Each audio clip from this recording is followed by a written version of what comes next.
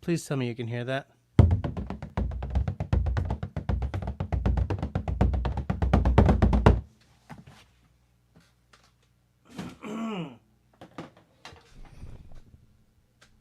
The cans, which I'm putting on for no reason. Ah, friendlies. Hey, friendlies.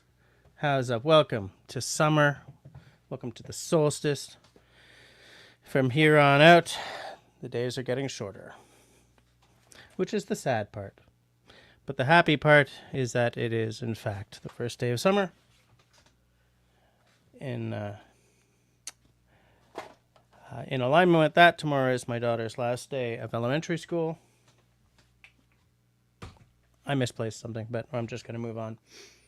So, I'm feeling all like optimistic because of the whole summer thing. So, let's just move on. Welcome to the Bevvies, Blades and Bushcraft live stream, where we have beverages, we have blades, and we do like to talk about bushcraft. I forgot to say, if you're watching us time shifted to tomorrow or next week or next month or next year, thank you for your eyes. Thank you for the comments down below. You make me feel all warm and fuzzy inside. If at some point tonight you kind of decide that this is terrific, then I invite you to hit that smiley thumb. If at some point tonight you think, this kind of sucks, that's okay. The frowny thumb works just as well. And if you'd like to take a more active role in supporting the channel and keeping the lights on around here, as several in the side chat already have, then I invite you to investigate the join button wherever YouTube is putting it today. Click on that and you'll see that there are 2 tiers of membership, as well as what either tier gets you for your hard-earned money. One thing that's, I think, still not listed is that I do a super kind of irregular members only live stream where I do a little editing. I don't do it every week or anything, but I do it when I can have the time. So I'm just going to say hi to who is with us, and then we will get on with the show.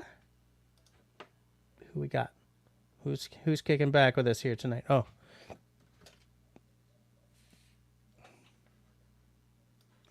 All right, we got Tenenbaum. Nice to see that name popping up. Matt J, how's it going?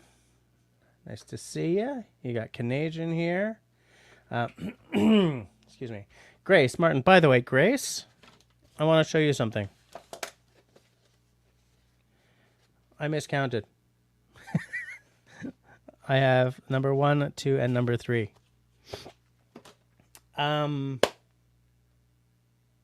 David Evans in the house. He is a channel hero, as you can see by that little logo next to his name. Also a channel mod, so be nice to him. We got Kristen Grounds. Hi, Christy. Christy's also a channel hero. Shawnee's kicking back with us. Nice to see. Everyone's just sort of saying hi to each other.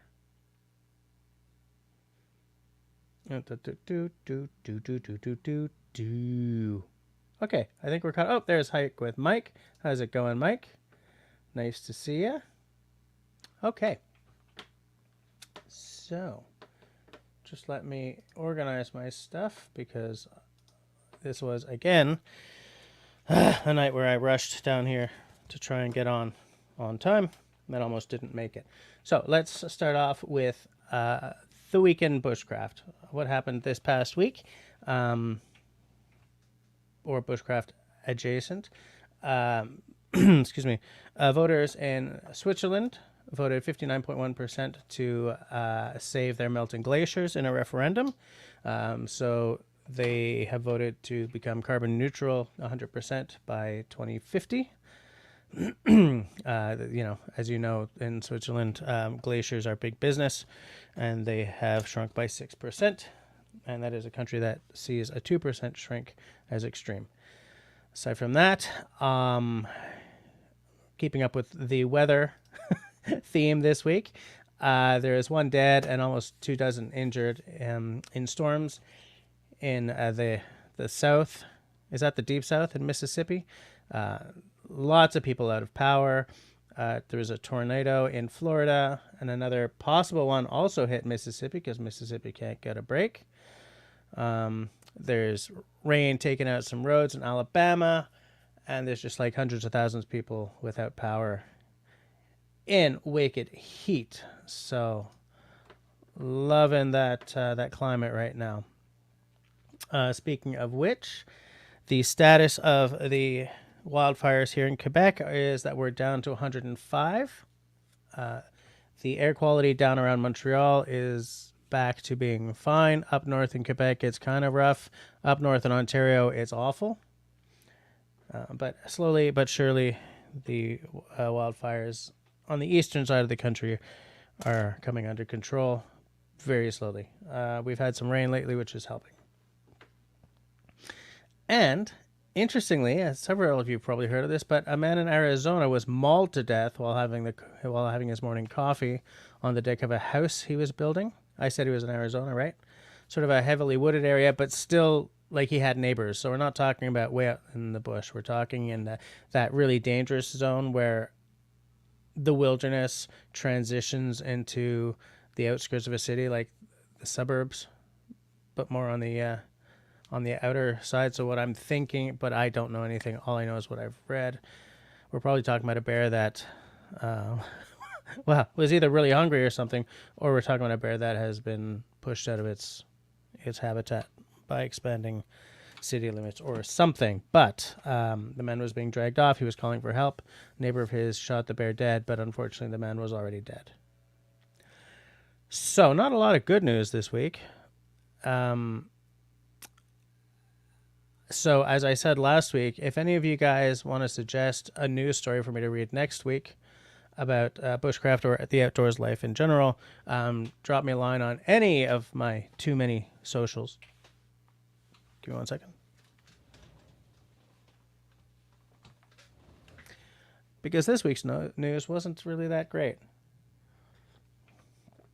Okay.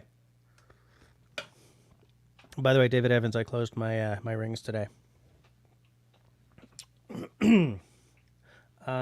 So I don't know. I don't know what I have to say about those too much. It's just it seems like the news. I don't want to talk about that stupid submarine on the bottom of the ocean near the Titanic. For two reasons. A, stupid activity for a bunch of rich guys. B, a boat went down with like 700 refugees on it this week as well, and nobody's talking about that. And third, and probably, let's face it, the real reason is I'm claustrophobic as hell, so thinking about that makes me snaky. So, has anyone else joined us in the side chat? Just taking a look.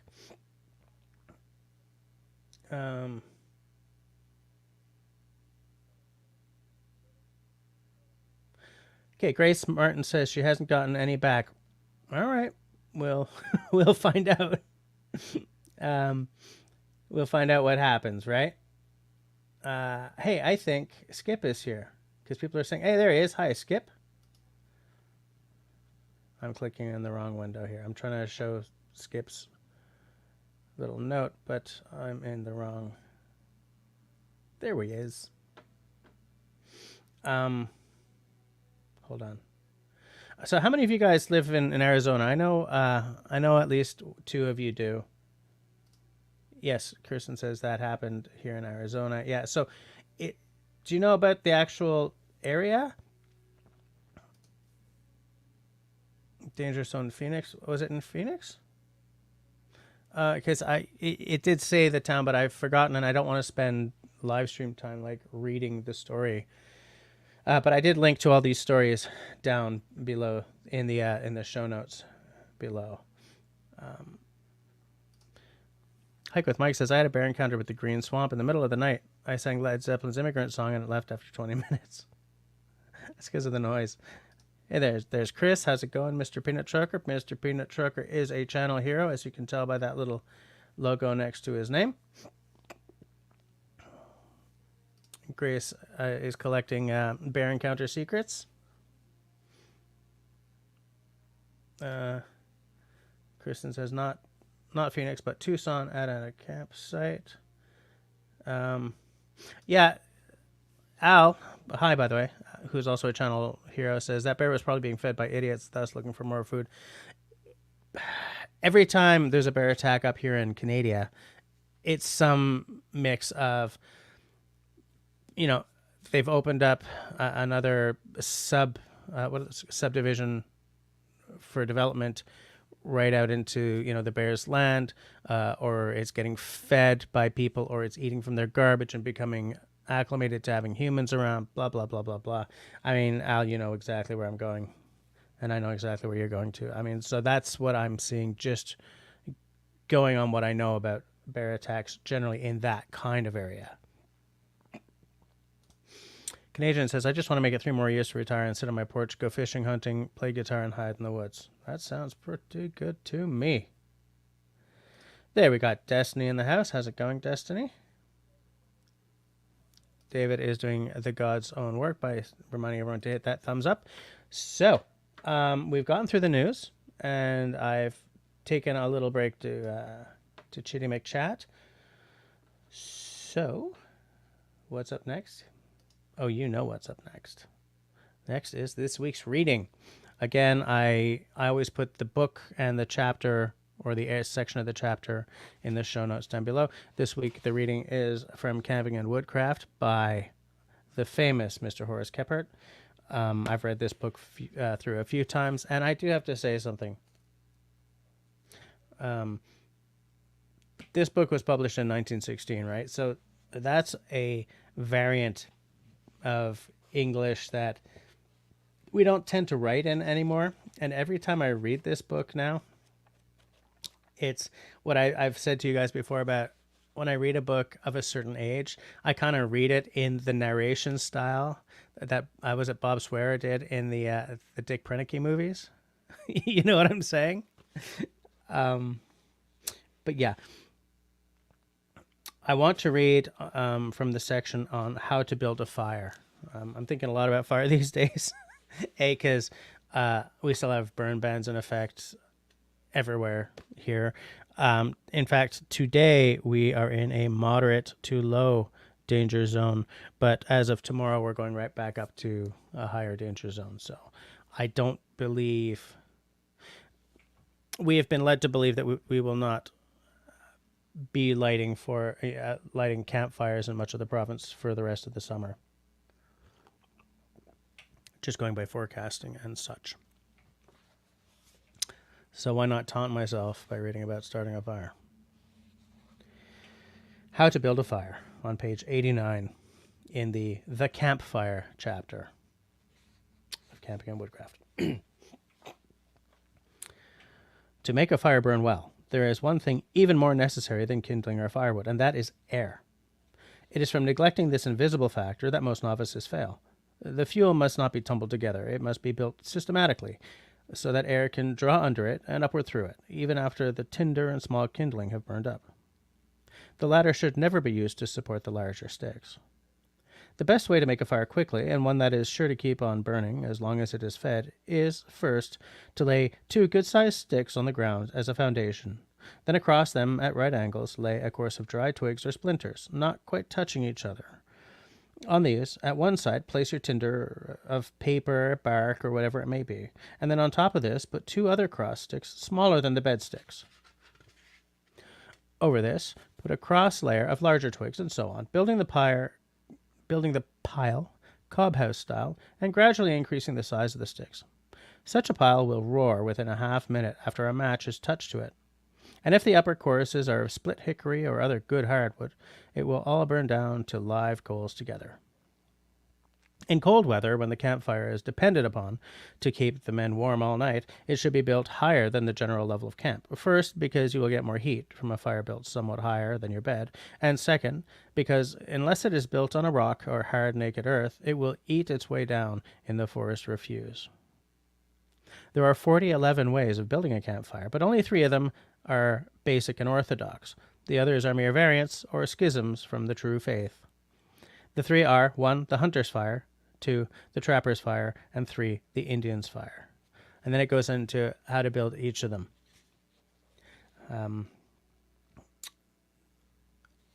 So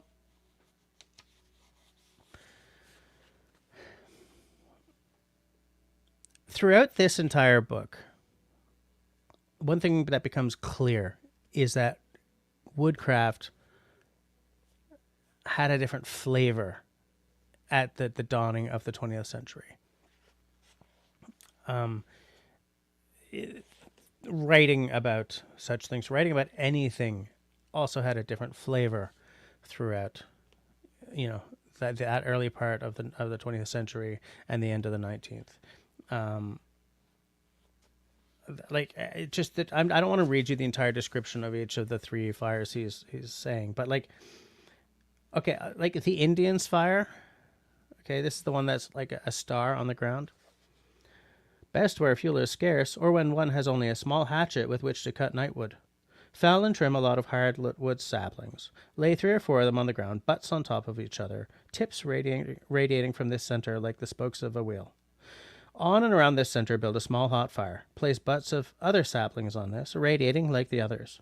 As the wood burns away, shove the sticks in toward the center, butts on top of each other as before. This saves much chopping and economizes fuel. Build a little windbreak behind you and lie close to the fire. Okay, now listen to this part. Doubtless you have heard the Indians' dictum. And then in parentheses, Southern Indians express it just as the Northern and Western ones do. White man heap fool, make 'em big fire, can't get near. Injun make 'em little fire, get close. Good. I have to remind myself, that's 1916, okay? But we don't write about stuff in this kind of language anymore. Like sometimes we'll read something by one of the British masters, right? Like Ray Mears, or the Paul Kirtley book. And there's a style happening there as well. But the way like Kephart and guys like that, excuse me, Kephart and Nesmuk, the way these guys are writing, it has an old-time Americana feel. Like you can almost hear them talking, sitting around a fire and saying, if you want a fire that will burn all night, you take 3 good sticks. Like you can sort of hear a raspy voice and a certain mountain man element to the language.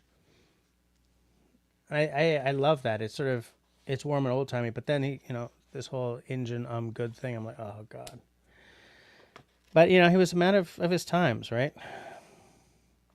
And this book goes into like marksmanship, getting beasties, protecting your food and stuff. And like oilcloth is a big part of camping and woodcraft in this era, right? Yeah, like a lot of the fabrics and stuff that he mentions are things that I've never even seen. And because listen, I'm sitting here in the 21st century. I was born in the middle of the 20th century, just a little after, mid-late 20th century, right? I was born into a world of Gore-Tex and nylon and tents that are like wisps, I wasn't born into a time when camping is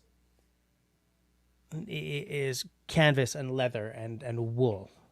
When I was a kid, camping was already becoming nylon, right? 70s tents, 70s, was it the brown tag North Face bags and stuff like that? Like,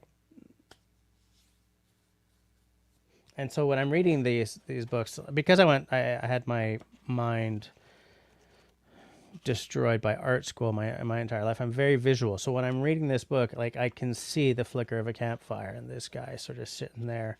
I don't know when was the last time he took a bath, floppy hat, facial hair, toothpick in his mouth. But everyone here is made of fire, right? Everyone here is either a bushcrafter or a homesteader or a camper or an off-gridder, right? We've all made fires, either campfires or in a stove or whatever. And do any of you guys have a rock solid fire that you always go for? Just let me close a couple of windows here so that I can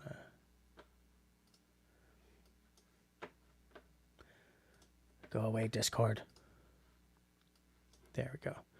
Just a little more room for us to, a little more space. There we go.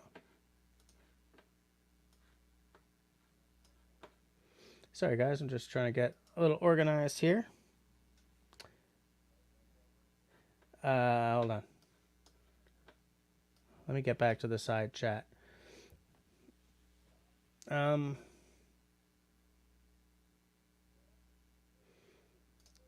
Urban sprawl causes bear encounters. Stop the development. Enough said. Yeah.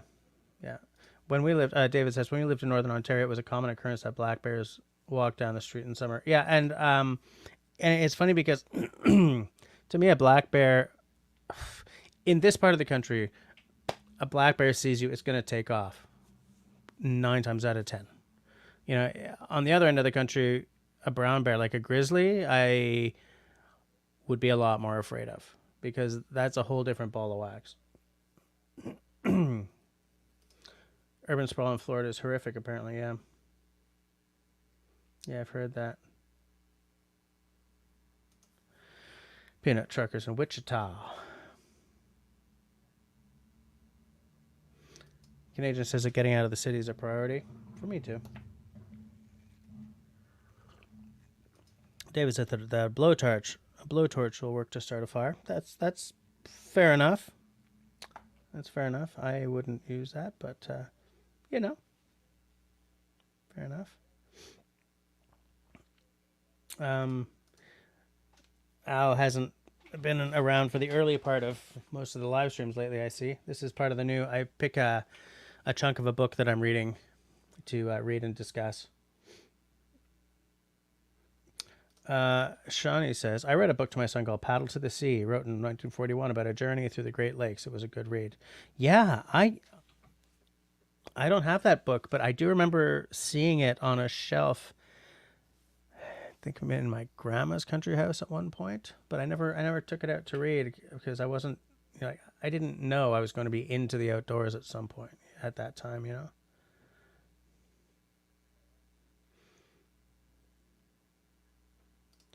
Sometimes the fire depends on the wood. Yeah, absolutely. Oh, you do a log cabin? Yeah, that's a classic. Yeah. Peanut trucker uses dryer lint. I have tried to use dryer lint on several occasions.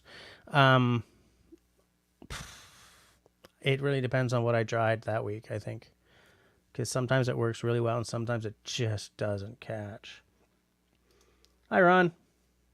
How's it going? Peanut trucker says the black bears in Florida run from you too. Yeah, generally, I find that black bears are a less combative sort. Okay, we're down to the. So, I have what I think is an interesting question for the question of the week with you guys. Question of the week this week is, what is the point of bushcraft? And this question came to me from a couple of different things. First of all, I linked to a BBC story, Why Bushcraft is Booming Again. And the Parkwood Outdoors blog is like, bushcraft, who, what, when, why, and where. And he's got the Parkwood Outdoors, like, is sort of, he has this idea that, you know, bushcraft is survival in the bush kind of thing. And that it's the kind of thing that anyone can do. And he goes into sort of, some people do it for this reason, some people do it for that reason. And that plus the BBC story sort of made me think about this. But what really made me want to ask this question tonight is a conversation I had with Kevin Callan months ago, in the height of the pandemic. I think he put out a piece, I think he wrote an article about how because of the pandemic, people have nowhere to go, so they're all going camping, and these people don't know how to not wreck the place. And so campsites were getting absolutely destroyed. And so what I'm wondering is, as bushcrafters, or I guess we can open that up to outdoors people in general, is it our job to teach people who don't know, like, how to be good citizens in the bush? Like, I don't know if that's really a good phraseology to use, but, is it our job to say, okay, you're doing this wrong, you're making a mess? Or is it our job to just ignore it and clean up after ourselves and hope to heck that, all is well? Or is it just like through selfishness, do we want to have other people clean up after, if we want to teach people to clean up after themselves and be good stewards of the land, so that we have nice places to go when we hit the woods? And are those people who had nowhere to go, so they went to the woods, are they still going to the woods? Or like, our numbers down this? I tried to look up if, the numbers of people hitting the woods are coming down, but I didn't find anything. Like, to me, the point of bushcraft is, and I've said variants of this to you guys ad nauseum, to me, it's about getting into the woods, forest bathing, calming the demons, being in love with the lush world around me. For some people, they're not really bushcrafters, they're survivalists, right? Or they're preppers or whatever. And so they take a different approach. Because I've said before, and I will say again, survival is camping by accident, right? Whereas bushcraft is camping on purpose, or doing the primitive skills on purpose. I just want to check the side chat and see if people are actually talking. Hold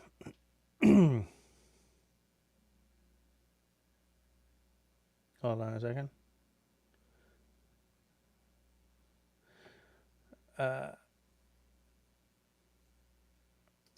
Al says TP fire with lots of accelerant. I do not. Well, I mean, I use accelerant in that I use tinder and stuff, but. Oh, you put the lint in a paper towel tube and fill it up. Okay. All right. Destiny says, quote of the day: "Save the trees, wipe your ass with an owl. Welcome to Alberta." Yeah, that's the land of truck nuts. David Evans said, "Pick dryer lint with wax, place an egg carton, great fire starter." Yeah, I've got to try making those again. Tenenbaum, referring to my questions, says, "I think it's our job to at least model good behavior." To teach it is something else. Yeah, I guess to a certain extent, if you walk up to someone and like, you're doing that wrong, you might get told off or worse, I guess. I mean, there's always that, right? The world is full of stupid people. That is true. You can't legislate against stupid. I wonder if you could. David thinks it's generational. I don't know. I don't know if it's generational so much as I don't know as nurturing, right? Like, if you're brought up by someone who knows how to bring up a kid who is in love with the woods and who respects the woods, that'll mean more than, someone whose grandpappy just, throws oil on the fire to get it to burn up, to come up again. Now, my sister once got set on fire because she was at a cousin's house, and they had one of those backyard fire pit things. It's like a metal ring, stands up off the ground. You put wood in it, and if you're suburban, put gel accelerant in it and light it. And so the fire was going down. So instead of adding wood, he just took the bottle of gel and went squirt. And so, of course, it exploded, and some of this gel accelerant landed on my sister's leg. So because she's so good under pressure, she jumped up and started running around. So my cousin jumped up, grabbed the hose, and started chasing after her. I do wish I'd been recording this, or I'd actually been there. If I'd been there, I would have had my phone on them, like, or just keep running. But like, my reaction to that was like, you've got to respect the fire, dude. Like, you don't spew more of this gel accelerant on. You add some wood. A, it'll burn longer. B, you're not going to set my sister on fire. Smart enough. You know what I'm saying? Shawnee says, when I get to a camp spot and it was left in poor condition, it makes my heart hurt. Who raised you to disrespect the line? Yeah, I feel the same way. Tenenbaum says, for some people, the whole world is a garbage can. It's just there for us to use. Am I right? Mm-hmm. Yeah. I've been to a couple of spots in the woods in the past where it's been exactly like that. I'm like, why is this happening? Why would you come out here knowing what we do today? And maybe it's not even a knowing thing. It's just, it feels that just throwing your beer cans into the woods is so like in 1974. You know what I'm saying? And do you guys remember like I'm Generation X, okay? So my grandparents' generation, probably right up until the 70s, actually. So I think I may be misspeaking. Like, the philosophy of the time was that when you were done your Coke and your beer or whatever, bury the cans in the bottles. Do you guys remember that? Like, how many forest fires have been started because some Coke bottle that was buried in 1973 has sort of slowly come up out of the dirt over time and forms a Fresnel lens on a leaf. Like, I wonder about stuff like that, you know? Shawnee says, once you bushcraft, you feel the connection. Yeah, absolutely. Yeah. Canadian says, there's labels on everything and people still set themselves on fire or spill the hot coffee in their laps. Stupid is as stupid does.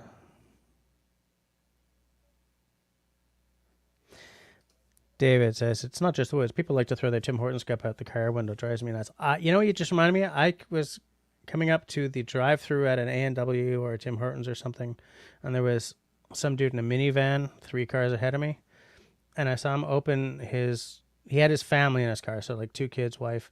He opened his driver's side window, and I saw him take like all this McDonald's stuff and go and drop it on the ground right next to him. And I was about to sort of get out and go and throw it all back into his car, but my daughter said, Daddy, don't do anything stupid, okay? And she was like 6 at the time. So I was like, ugh.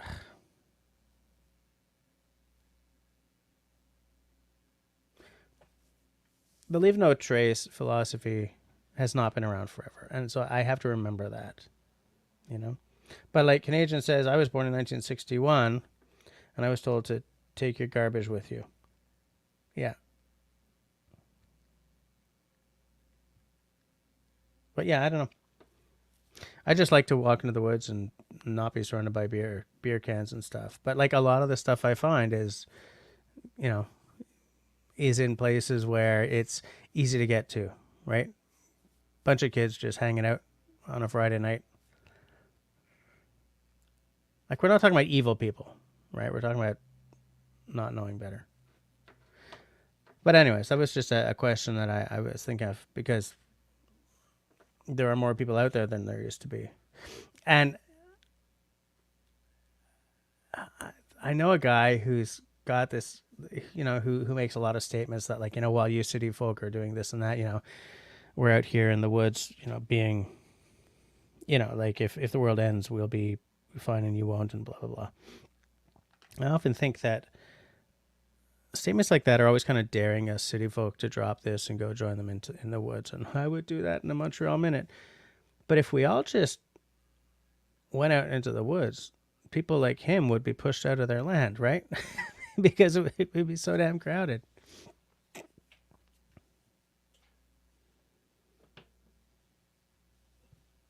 See, now I'm daydreaming about having a little chunk of land again.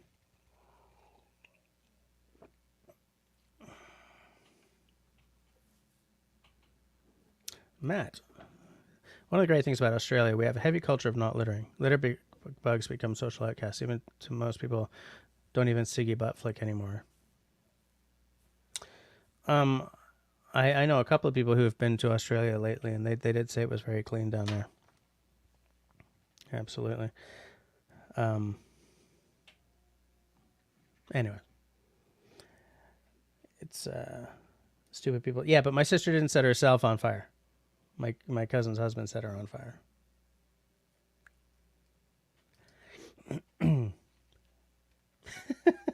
What time are we at? We're at 9:39. Okay, so we're at about 21 minutes until the 10 o'clock free for all.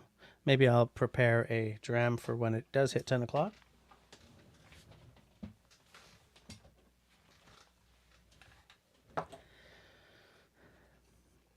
I was thinking lately about how many outdoorsy books I have. And like how many of them I go back to and back to and back to, and how many of them are just sort of sitting there. I would love to show you guys the books that I just never bloody read. How many of you guys know Cody Lundin? I'll pour this while I wait for you guys to sound off. About who? Oh, hey, Carol. How's it going, Carol? How many of you guys know who Cody Lundin is? He's a household name in some circles, more sort of survivalists or preppers than bushcrafters, but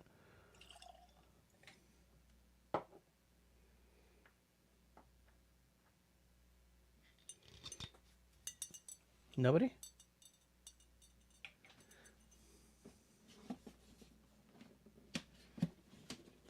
Because I have one of his books, and there's nothing against the knowledge. I just don't like the way he writes. I don't like the voice. I don't like his voice. I don't mean I don't like his voice. I mean I don't like his voice on the page. You know? Yeah, you know exactly who I'm talking about. Barefoot Cody, Grace. Exactly, yeah. You know, I should have brought that over here. There's a couple of books over there that I never go back to. I mean, even, you know, the SAS Survival Guide, right? Why wouldn't I be reading that all the time? I mean, that is a seminal freaking book. In fact, I've had 2 copies of it. I gave one away, but made sure that I had another one. Packed full of knowledge. I never read it.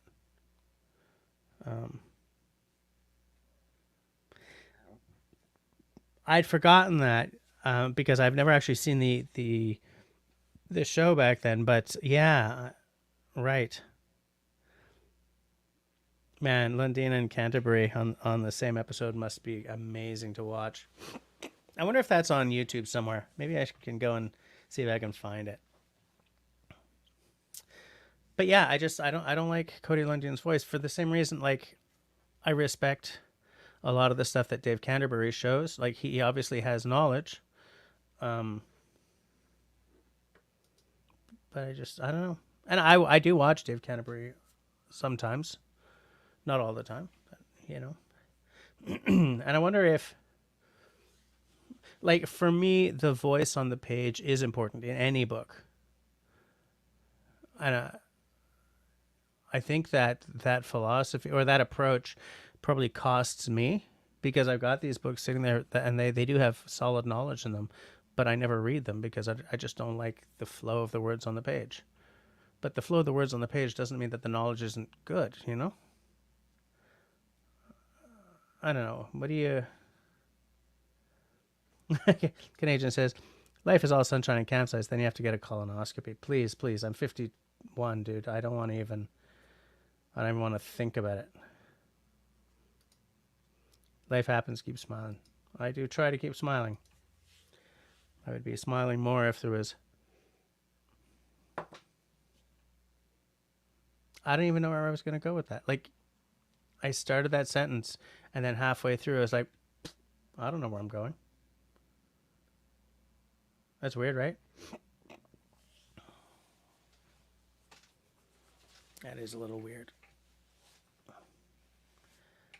Do any of you guys have, like, a big sort of bushcraft or survival or outdoorsy book collection? And if so, is it really honed in on some real sort of specific style, or are you just sort of like anything outdoorsy? Because mine isn't really. Mine's pretty scattered, you know. Like I've got that Paul Kirtley book, which is a bushcraft skills, most like very axe and fire oriented.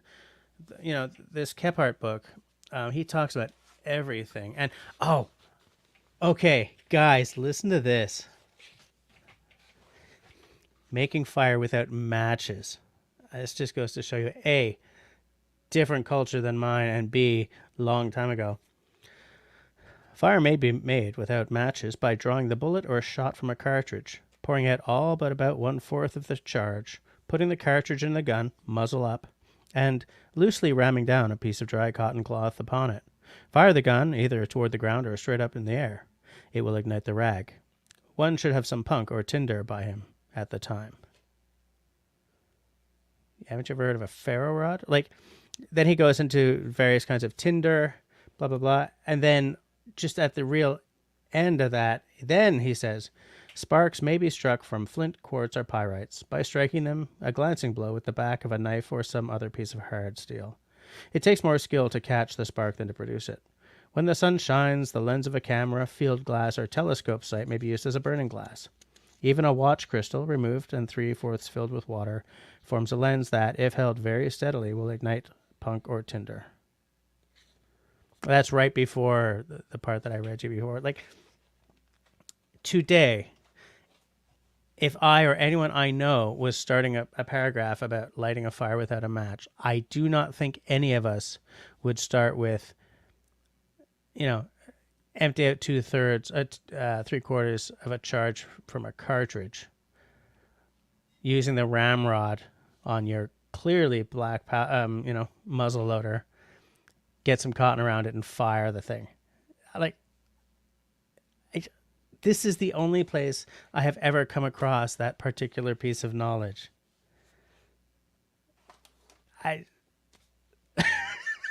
That's one of the reasons I love this book so much, because so much of the stuff in here is stuff that I just sort of see as coming way out of left field, but that's because of the time I live in, right?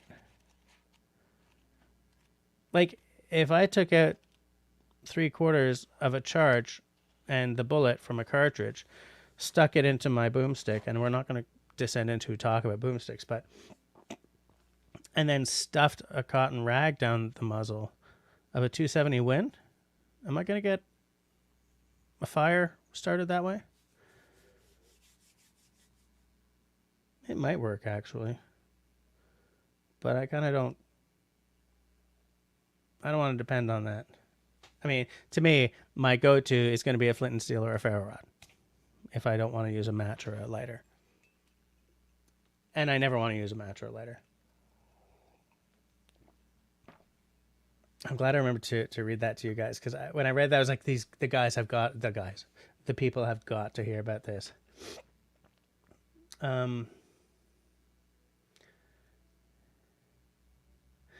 I think this must be about colonoscopies. Thank you, Canadian. I still have to find a doctor, though, so I'll just, I'll just go by the seat of my pants until then. And then, of course, David says colonoscopies are kind of crappy. Okay, can we just move on here? Oh, okay, so Canadian has several Shift Hits the Fan and survival books. Kristen does not have an outdoor book collection. Oh, Canadian likes the Field and Stream. Yeah, I used to buy Field and Stream all the time. Here's the thing. Like, you guys know, or many of you guys know, especially those of you I talk to on either Discord or Signal, that I was in publishing for 20 years, right? And the magazines are still my favorite of the print media. I think there's a real magic to magazines. I do like long-form journalism in magazines, so like the New Yorker and stuff like that. They do really good long-form journalism, but it doesn't have to be that. Like outdoors magazines, I love. I used to read a lot of hunting magazines. I used to read a lot of mountain biking magazines, but I had to stop because I was spending so much money on, like, I need to have carbon fiber blah. A carbon fiber seat stem. No, you don't. So but I was just because I love a beautiful bike. I love high-tech bikes, mountain bikes specifically, that it was just, life was getting so expensive. So I had to stop reading those magazines because I couldn't justify that. I wasn't an Olympic mountain biker, I had to stop reading Bass Player magazine for the same reason. I was wanting all these, I didn't buy any, but I was wanting all these really expensive pedals. And I don't play the kind of music that would justify them, So I don't buy a lot of magazines, but I do love them. And the reason I brought that up is because, so I used to read Field and Stream. I have their sort of, that big outdoor survival book that they put out every year or every few years, whatever, the big hardback. I've got it over there somewhere. Tenenbaum says, I have a goodly amount of books. My largest section is the canoe tripping oriented, but I have survival books, emergency medicine, and other sorts of outdoor skills books. Hey, how many of you guys have done a Red Cross course or whatever it's called, a first aid course lately? For how many of you guys is that part of your outdoor skills? Because I realized that I did my first aid course long enough ago that I would not trust myself to give first aid. So I feel the need to maybe fix that. Shawnee says, is gardening considered outdoorsy? I have 15 gardening books and could easily buy another 15. I have a few. I have one that I actually edited. Where the heck is it?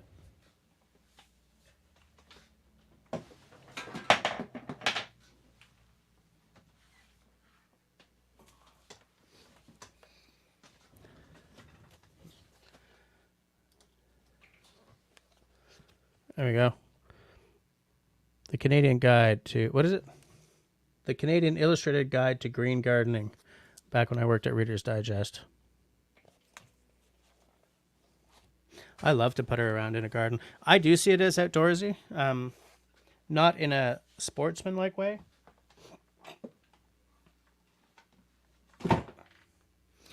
But I see value in gardening just as a way of being outdoors,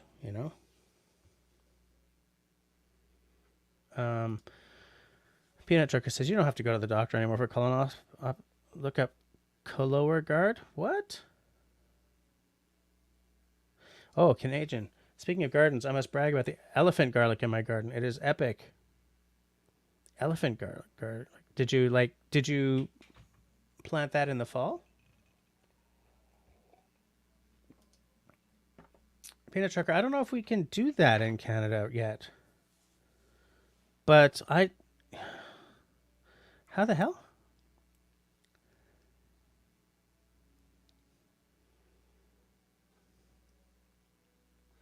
No. Shawnee planted elephant garlic for the first time this year. I don't even know what elephant garlic is.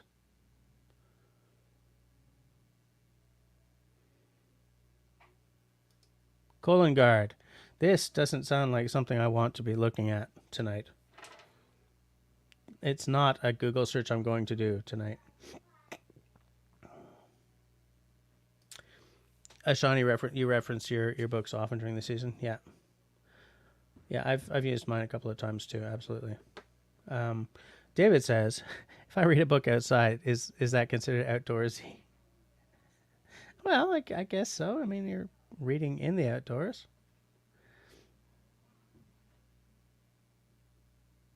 Okay, so elephant garlic is just really, really big. Okay.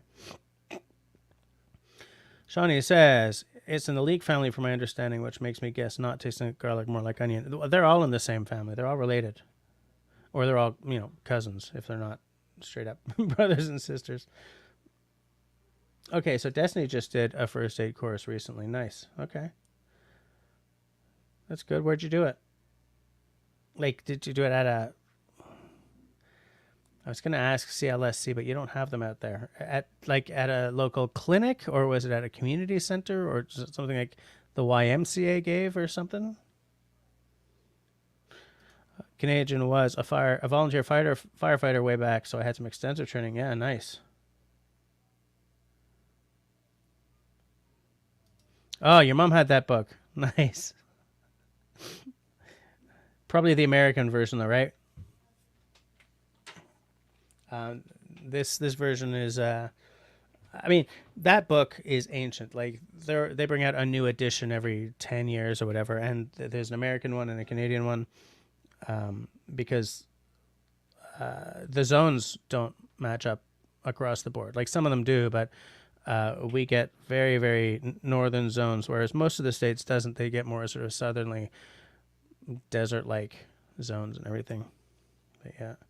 Although hilariously, when I was working at Reader's Digest, all of the North American books were being done in Montreal.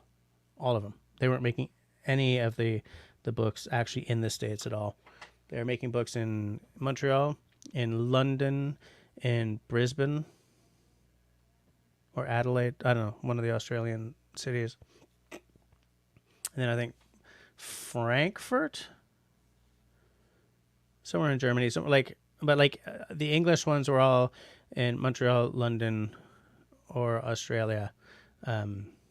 Head office was in the States, and they were making like magazines or something. But yeah.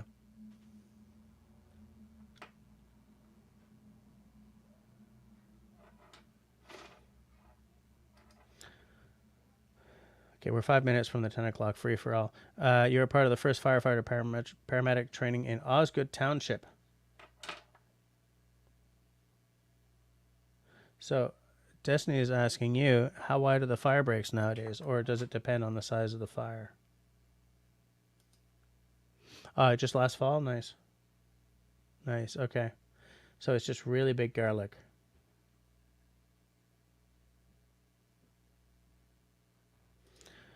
Christy says, doesn't matter if you Google it anymore, Jess. The feed will show up on your phone, and Facebook has now. I know it.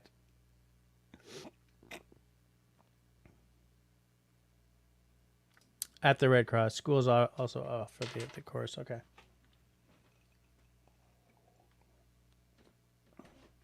Oh, there's also a safety training place just outside the city that offers all kinds of training. First aid, forklift training, WHMIS. WHMIS. Wilderness, home, medical information systems, I don't know, fire safety certifications, and so on. Nice. Chucker says, in the States, our doctor has to prescribe it. Not sure about Canada. Yeah, I don't know either. And I ain't going to find out anytime soon, since my doctor went and retired on me. I'm on a waiting list. Because, okay. Tenenbaum drops the knowledge. WHMIS is hazardous materials handling. That's good to know. Because I would not have known what those letters mean at all.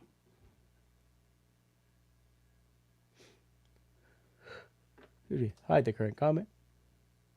Yes, all that to say that, yes, I do see that gardening is spending time outdoors. So for me, it's legit. Anything that gets you puttering around outside is good times, is win, as far as I'm concerned.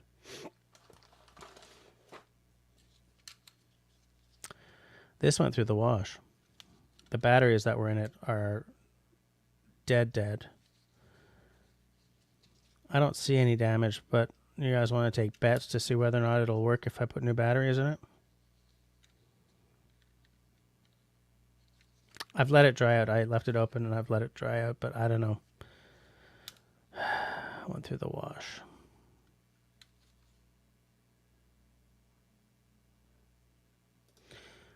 Shawnee says, I see the Department of Natural Resources had a 2-night, 3-day off-grid experience for almost 400. Bring your own food, hiking, canoeing, and other lessons. Is that in, where are you, Shawnee? Province or state, not specific. You just reminded me, there is a free sort of outdoor leadership skills course that's being offered by some nonprofit in conjunction with the federal government. It's like a pilot project. Oh, you're in Minnesota, okay.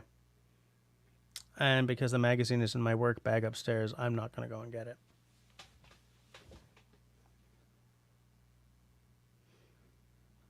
Okay, well, technically, it is the information system. CIS, information system.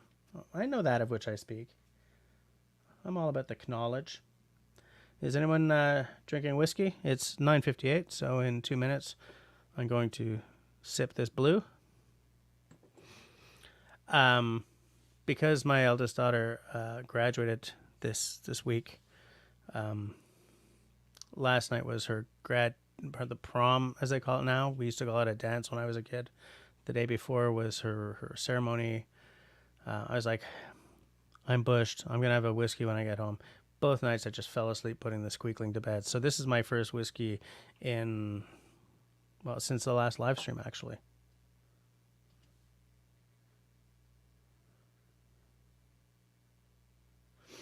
Occasionally gave the grandson a Walkie Talkie today, 3.5 years old. He acted the same way I did when I saw and used the first one. It was awesome. Yeah, I love Walkie Talkies. You guys who are OG channel watchers will remember that in some of my episodes where I've got Camille on, we use the Walkie Talkie so that she can just feel free to go ahead, and if she gets stuck or finds something interesting, Daddy, come see. I got to get into the woods with her at some point this summer, even just for like a little day hike. Maybe help her start to film some stuff. Shawnee says, my boys, 5 and 3, loved when we showed them the walkie-talkies during camping. It's so fun to use radio talk, and they go, Mom, I have no idea what you're saying. Mom, I have no idea what you're saying. Over. You got to say over. Okay, Mom. 10 o'clock. So am I the only one here drinking the whiskey? Christy, are you drinking whiskey or no?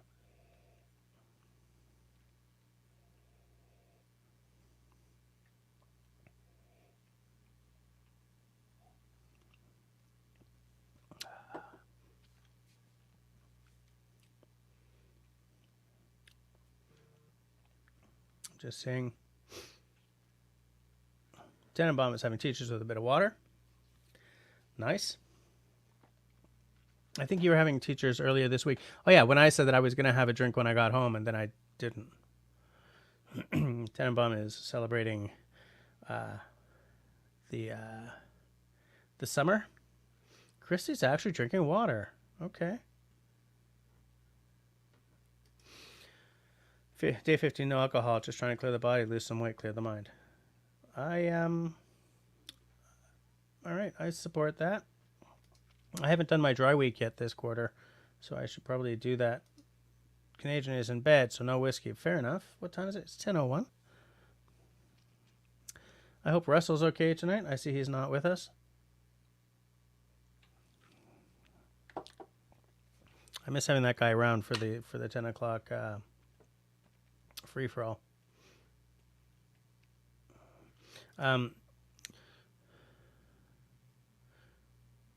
Shawnee, I was going to say that what I've found is that if I don't drink beer, the weight is not as big an issue. I used to have like a beer and a whiskey or more on my Tuesdays, and I was just packing on the weight. So I've been really trying to cut down on, I had to cut down on one or the other. So I cut down on the beer because that's a bigger drink. So yeah, it seems to be helping. Chris has water as well.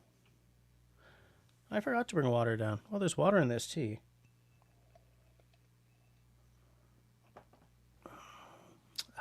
Good old palate cleanser.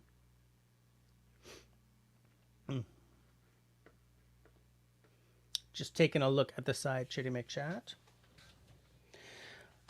I came across something interesting today. I was looking at the website of the Canadian Coast Guard just because I was curious about the Coast Guard for some unknown reason.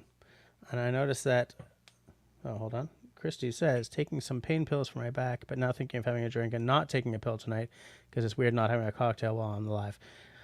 Worry about your back more than the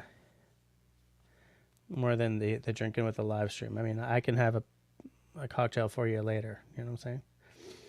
Canadian says, on week 7, no smoking. So on week 7, no smoking. That's amazing. Here's a high five. Just tap the screen. I love it.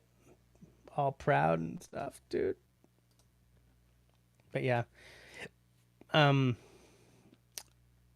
If you snack on like things like carrot sticks and celery, stuff like that, you can eat as much as you want. Chris did it 12 years ago. Amazing. Amazing. Christy says it's awesome. It's awesome. Hey, Big Green Moose. Having a bit of classic laddie tonight. I love classic laddie. On my other channel, I filmed, but then unfortunately lost. I lost a lot of footage at one point. I did a compare and contrast between 2 bottles of classic laddie because they don't go for the exact same flavor every time. They go for the same quality of experience. And so they were very similar, but they were different. I do love the classic laddie. I love Bruichladdich. It's one of my favorite distilleries. I got something here from Bruichladdich that I have not yet opened. This is only the second Octomore I have ever bought because I cannot afford Octomore. This was on sale. Otherwise, it would have been like $300. It was on like wicked sale. So this is an Octomore 13.1. I once had an Octomore 9.1. It's look, if you're into really, really peated Bruichladdich, that's what this is. But that 9.1, I still dream about that bottle. And so I got to taste this one at a tasting.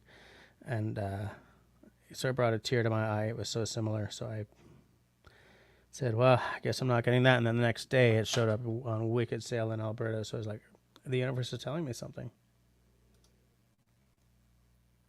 And you haven't even choked anyone. That's good. Peanut Trucker gained 100 pounds after quitting, but didn't choke anyone either. I say feel free to snack, but, you know, it's got to be carrot sticks and stuff like that. Like, even if you're chowing down on bread, like if you're having, you know, 12 sandwiches a day kind of thing, you're going to chunk out for sure. By the way, I forgot to mention that Big Green Moose, as you can tell by that logo, is a channel hero. And someone with good taste in whiskey, I might add. Just let me... Oh, okay. Sorry, I thought I was getting messages, but they're from like an hour ago. Just taking a look. Have to be careful. Apparently I have high blood pressure, so docs, I take this med and watch your diet, get cholesterol down. I'm dealing with the same crap. I'm on amlodipine for blood pressure, and I have to get the cholesterol down because we're a couple of old guys, and it sucks getting old. Of course, I had to pick that up and empty the damn bag out while I'm on stream. They're bass guitar tools.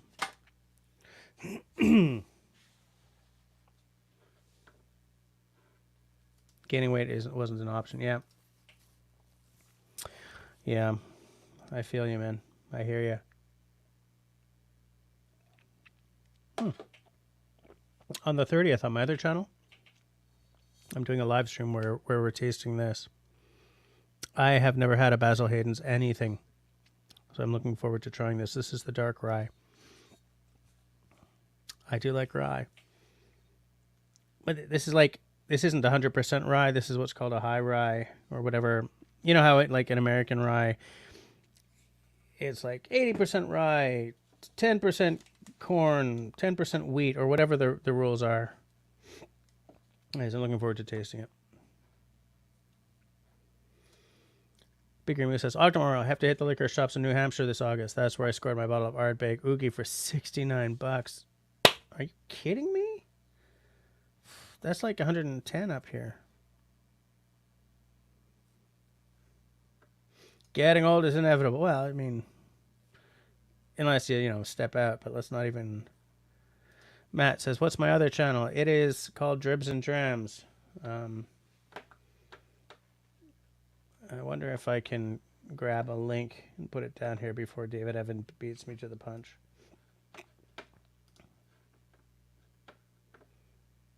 Boop.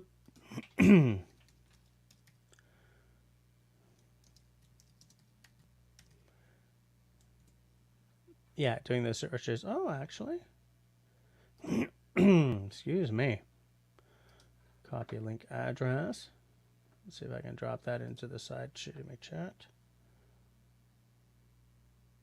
Canadian says bruises from an angiogram are something. Ugh.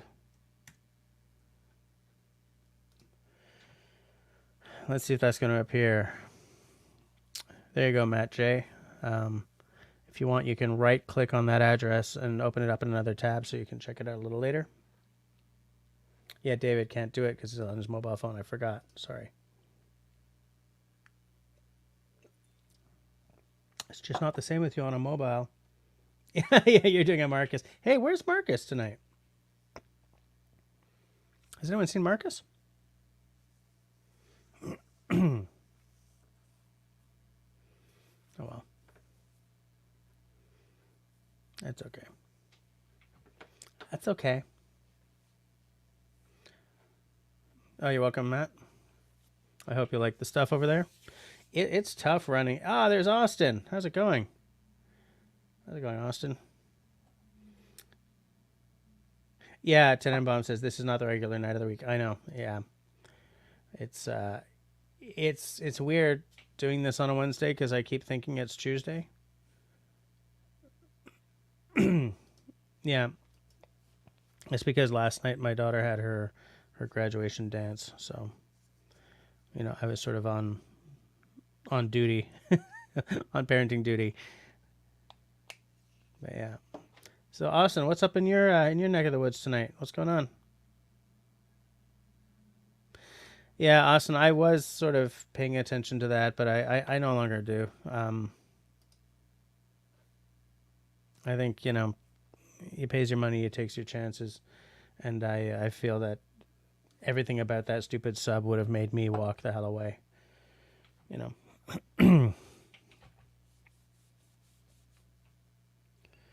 Put my watch back on. Ah, Peanut Trucker subscribed to my other channel. Thank you, mister. That's good. I should start getting some videos out on that channel again pretty soon. I have all kinds of stuff shot for that channel. It's just hard to get editing time. Know what I'm saying? That channel's a lot easier to shoot for, though, because I just do it in my backyard or whatever. Whereas I need to be able to get into the woods to shoot for this channel. And a lot of the province is still kind of off limits right now.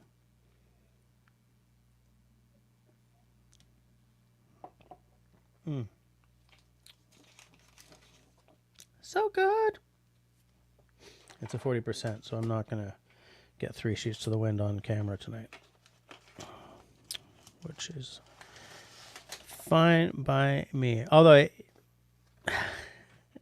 I'm sure to a certain extent, you guys probably miss the days when, you know, Russell, David, and I would get on, you know, get 3 sheets to the wind and drunkenly order knives. Oh, yeah. Austin says, I saw you reading Kephart. I've read about half. The most poorly aged advice is waterproofing your tent with an asbestos paint mix. I had forgotten about that. That is so true. Because that's where he goes into the whole oilcloth or waterproofing your tent with, like, just sort of painting the stuff on. Yeah. Ron wants to impress his whiskey buddies with an under $100 bottle.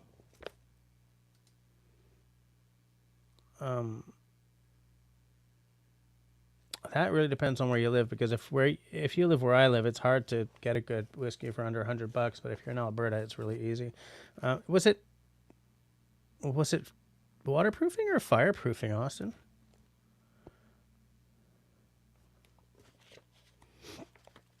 Is there an index on this book? Because I don't want to go flipping through pages looking for the. But Ron, like some solid contenders under $100 are like Aaron 10 is fabulous for the price. The Bruichladdich, the classic laddie, terrific for the price, and that's very much under $100.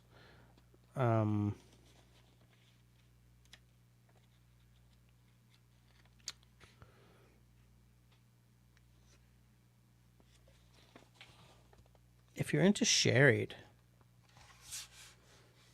the Aaron sherry cask, this was also just under $100 here, so it's probably way under 100 in a place like Alberta. Aberlour 12, which is not what this is, but it is what it looks like.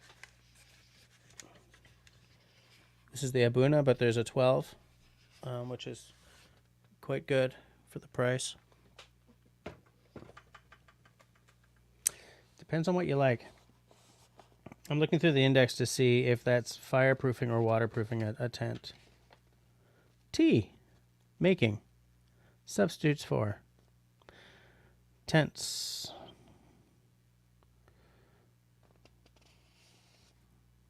Waterproof. 38 and 40. Let's see if that's what we're talking about here.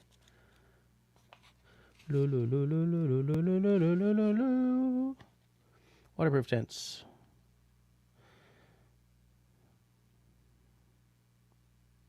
Okay, no. For waterproofing, he says, where expense is not considered, an extra weight is not objectionable. No material equals pantasote. I don't even know what pantasote is. He mentions pantasote like 3 million times in this book, but I don't even know what it is. Waterproofing canvas. Dissolve 1 pound of alum in 4 gallons of boiling rainwater. It is essential that soft water be used. In a separate vessel, dissolve 1/2 pound of sugar of lead. So that's not a whole lot better than the fireproofing. In 4 gallons of water. This double the proportion of alum usually recommended, and better results will follow from it because it ensures the precipitation of all the lead in the form of sulfate. Let the solution stand until clear. Then pour the alum liquor into a clean vessel and add the sugar of lead solution. Let stand a few hours, then pour off the clear liquor. Thoroughly work the fabric in it, so that every part is quite penetrated. Squeeze out, stretch, and dry. Remember that sugar of lead is poisonous if taken internally. The chemical makeup of bushcrafting today is so significantly different than in this age. Let me just get back to... Oh, it was fireproofing. Okay. All right. Matt J, why are lots of the province still... it's just because, I mean, there's still 105 wildfires blowing around in Quebec right now, and there are some in Ontario as well. So, because like a forest fire can be started by anything from a guy with a match or a cigarette to a guy on a four-wheeler that just, bounces off a rock and causes a spark. There are certain areas of the province that are just no-go right now.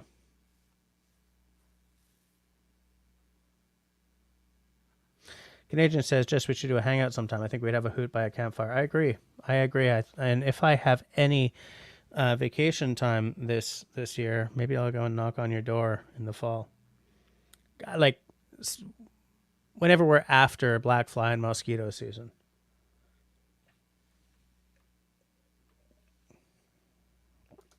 Destiny says we'll need a video of that get together. Yeah, of course there's going to be a video. Look who you're talking to. Oh yeah, no. Big Green Moose, man. There's some stuff in this book that makes people of this era like quake in their boots.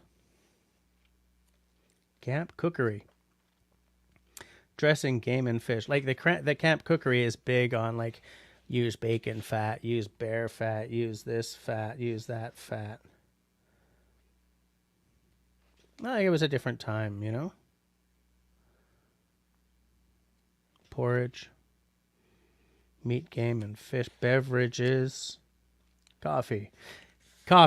There are 2 ways of making good coffee in an ordinary pot. 1, put coffee in pot with cold water, 1 tablespoonful of freshly ground to 1 pint or more of canned ground, and hang over a fire. Watch it, and when water first begins to bubble, remove pot from fire and let stand 5 minutes. Settle grounds with a tablespoon of cold water poured down spout. Do not let coffee boil. Boiling extracts the tannin and drives off the volatile aroma, which is the most precious gift of superior berries. Number 2, safer. Bring hot water to a hard boil. Remove from fire and quickly put coffee in. Cover tightly and let steep 10 minutes. A better way, when you have a seamless vessel that will stand dry heat, is to put coffee in, place over gentle fire to roast until aroma begins to rise. Pour boiling water over the coffee, cover tightly, and set aside. Like, how many of us have watched people on YouTube? Like, I've, chopped up all this wood. I've used my knife to do feather sticks. I've built up a fire. I've used flint and steel to snap the flames into being, on your bird's nest. Put it in. Got this beautiful fire going. Put on a bucket of water. And then throw, like, instant coffee into it. It's like you're doing all the pageantry, and then you throw in, like, instant coffee.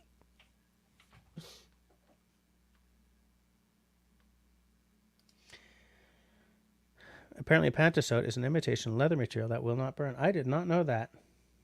So it's sweaty, because he does talk about, like, pantasote pants and stuff as well. Come to Florida next winter. David, no, I'm not going to Florida in the summer. Nope. Unfortunately, this summer I'll be going to Jamaica, though. Yeah, it's wildfire related.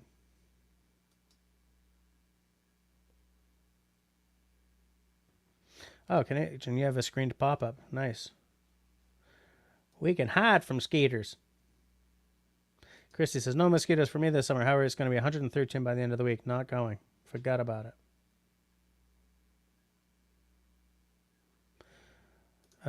Anyone ever heard of Jose Salvador Alvarenga? He was lost at sea and survived alone on a raft for 438 days and traveled more than 6,700 miles. Wow. No. Never heard of that guy, but I'm going to look him up now. Isn't instant coffee just freeze-dried coffee? I don't know, actually. I don't think so. Because, I mean, instant coffee dissolves completely, right? Hey, there's Steve. It's happy hour. Of course it's happy hour. David says that the deer flies are bad at the moment. No, I hate deer flies. Peanut Trucker is telling David that we go to Savannah every year. Fireworks over the water.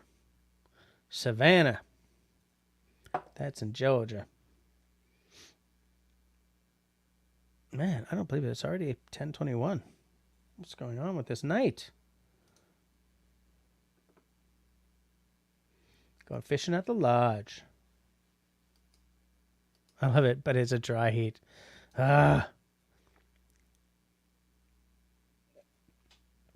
It's not the heat, it's the humidity.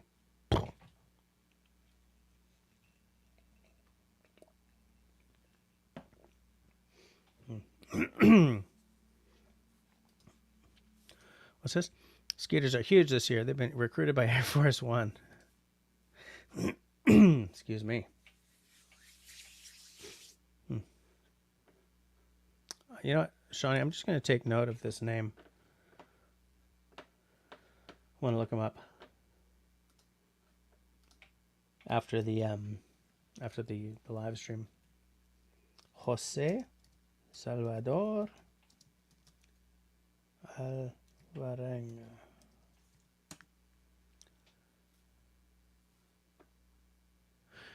"36-year-old Salvadorian fisherman and author was found on January 30th, 2014. All right. I got him, so I'm going to read all about him later. All about him.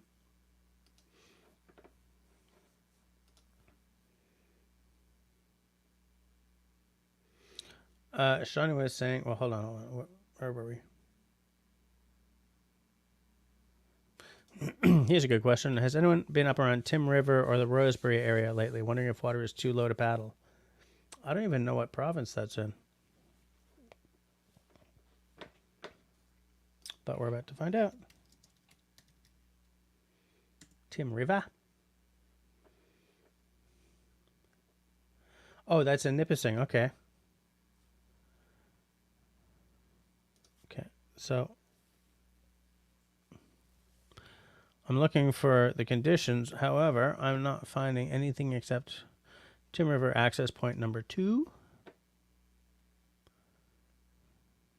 Like, I'm looking for the news about Tim River or something, or if there's like a conditions.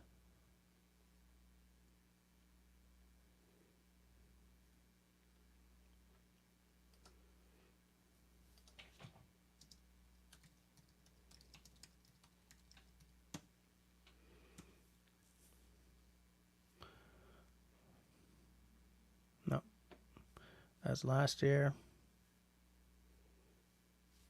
That's even further ago. I don't know. I'm not finding anything about right now. Does anyone know?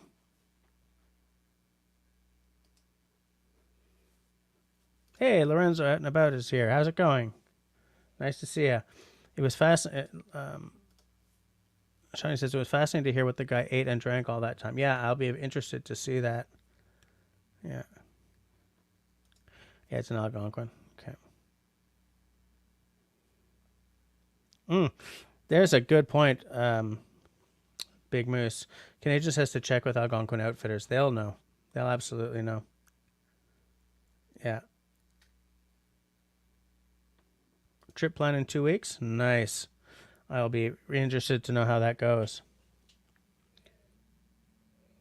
Are you do you paddle a Swift, Big Moose, or are you more the Nova Craft, or do you have something else, or do you rent?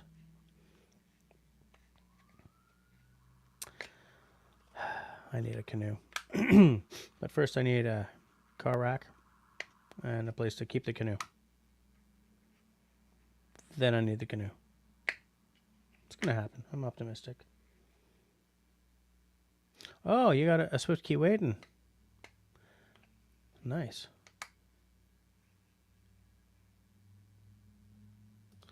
Tenenbaum is saying that he's heard a lot of people say nice things about that route.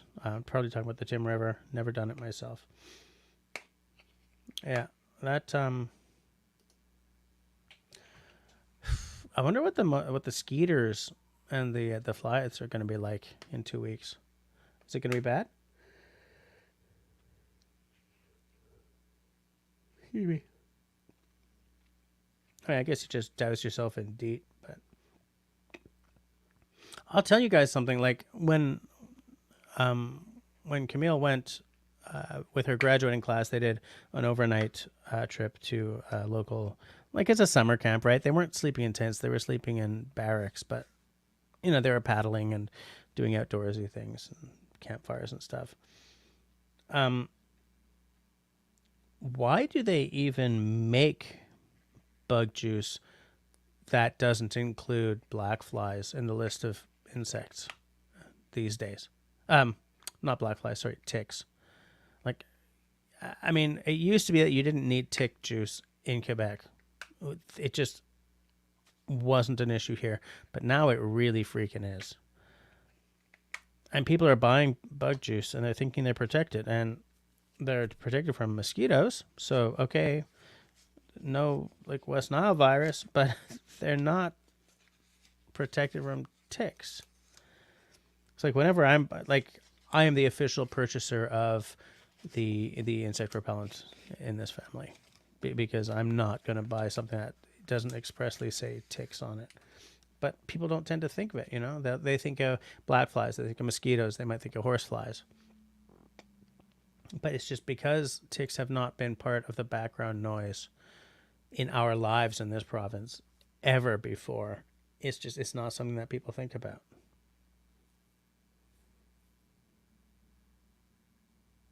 Tenenbaum is saying that in 2 weeks, black flies should be dying down and the skeeters should be in full swing. I have a bug net. Actually, I have a bug net, and I even have a bug shirt, but I feel that mosquitoes can just go right through the bug shirt. So I would still douse myself in DEET. Hey, Marcel's here. How's it going? Yeah. You're popping in for the last half hour. Did you cook anything cool tonight?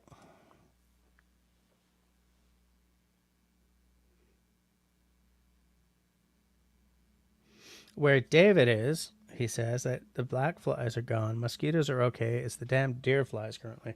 I hate deer flies, dude. Yeah. Yeah, some repellents, you know, if it says tick on it, you should be okay. If not, you guys remember, I don't know how many of you watch Sean James, My Self-Reliance, but I think it was on his Sean James channel. I might be wrong about that. He did an episode on, excuse me, how at the start of every season, he treats his clothes with permethrin. Like he goes into the solution of permethrin that he makes, and then he soaks his clothes in it, gets them real good and all like impregnated with this stuff, and then lets them dry. And in Canada, it's tough to do because human grade permethrin is not legal here, but cattle grade permethrin is. So he has to make a solution of permethrin and water, right? Dilute it down. And like you can buy clothes that are permethrin treated, but I'm not sure if I want to, you know, soak my clothes in that stuff, dry it out, and then sweat in those clothes. What's the rate of permethrin crossing your skin barrier, right? Getting into your, getting into you.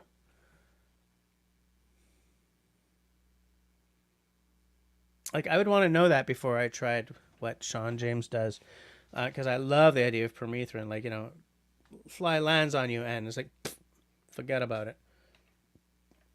But yeah, I don't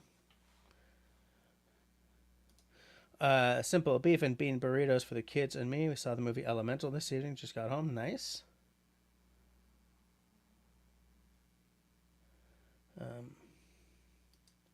Now, Tenenbaum is referring to the tick repellent, but I mean, I kind of feel that it.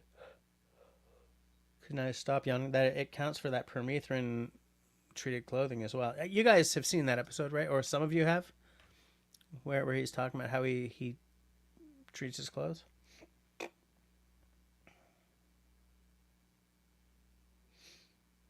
Destiny, I think he was talking about it's not permethrin. It's DEET or something. Austin's Corner says, a forestry professor told me he'd rather gamble the uncertainty of permethrin rather than the certainty of limes. Well, yeah, there is that. Absolutely. I do not want Lyme disease. Absolutely not. Because Lyme is a life-changing occurrence in your life if you end up with Lyme disease, for sure. Permethrin is apparently... Whoops. Oh, sorry, Peanut Trucker. It's my fault. Apparently permethrin is less toxic than DEET. Interesting. Then why is DEET still allowed here, but human grade permethrin's not? Well, I mean, there's all kinds of reasons that could be, right? I mean, it could be lobbyists for all we know.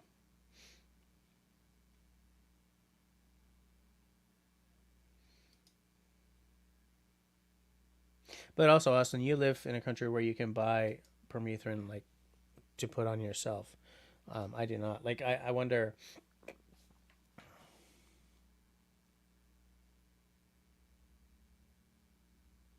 Yeah, it's the kind of thing I would love to know about,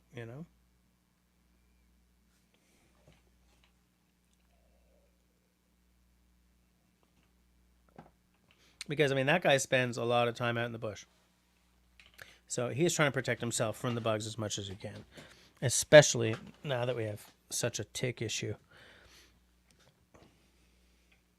And I'm like, I completely agree that. I mean, you're always doing the math, right? Is this more chancy than that? Or is the chance of getting sick from this, does that outweigh the certainty of getting sick from that? And between permethrin or DEET or whatever and Lyme disease, I'll take my chances with the DEET or whatever. Absolutely. And here's my cup matches my shirt. Well, it kind of does. They're both sort of an off blue. I hadn't noticed that before. I totally noticed that. I planned it because I'm very into the aesthetics.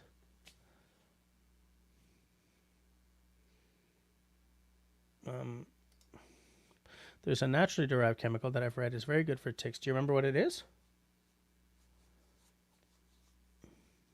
Do you remember what it is, Austin? Oops. Ed Timbo says, long pants, duct tape your cuffs, and good habits when you finish your day. I definitely use long pants and long sleeves. I try to do a tick check, but I'm sure that there are parts that I miss. Absolutely. Stupid ticks. Like, what's the evolutionary niche? No, what's the ecological niche that they inhabit? Like, why do we need ticks? I've asked the same thing about mosquitoes before. Apparently mosquitoes do play some sort of important role, but like, yeah, David says, wear light colored clothing, easier to spot the ticks for sure. Yeah, I don't wear black in the woods. I like to wear, light beige, tan, stuff like that. And especially because I'm an age where, light beige and tan kind of suit me anyway. Next thing you know, I'll be wearing like spotless white running shoes, right?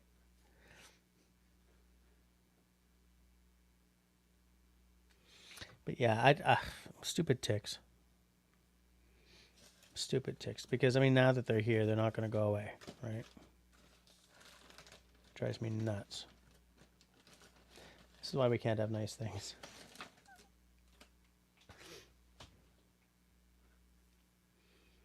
Man, 21 people are still watching. You guys are heroes. Okay, but now 21 people are watching. But how many thumbs ups do I have? What about to find out? 16 thumbs up. 21 people watching and 16 thumbs ups. What the heck, guys? 17 thumbs ups. Nice. Nice. Oh, you can hit the thumbs down if you want.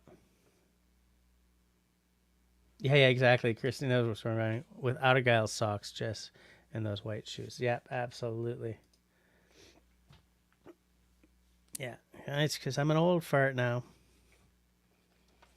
Once you're above 50, you're not that far from being above 60. And then everything just sort of continues to go downhill. Good man. Peanut Trucker has just hit that thumbs up because, aside from being a channel hero, he's also a personal hero. Wow, I'm tired, guys. I don't know. Excuse me. Let's say we see how we're looking at 10:45. And if we're still going strong, we'll go until 11. If not, we'll just sort of shut her down. 60 is a new 50. All right, I'll take it. Does that mean that 50 is the new 40? Now, when I turned 40, I bought myself a fancy new bass guitar. When I turned 50, I was going to buy myself something even better, but I didn't end up doing it.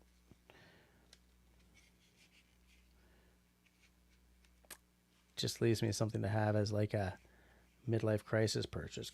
My midlife crisis purchase is going to be a canoe and like a drone. It's going to be so much less expensive than a Ferrari and an 18-year-old mistress, right?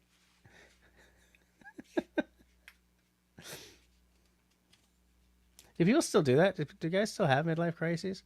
Are we still living in the kind of world where guys live the kind of lifestyle that live the kind of life that makes that a viable kind of, not a viable option. That's not the word. I don't mean that, but like, are guys still living the kind of life where you're that hollow after your life of unfulfillment that's what you do?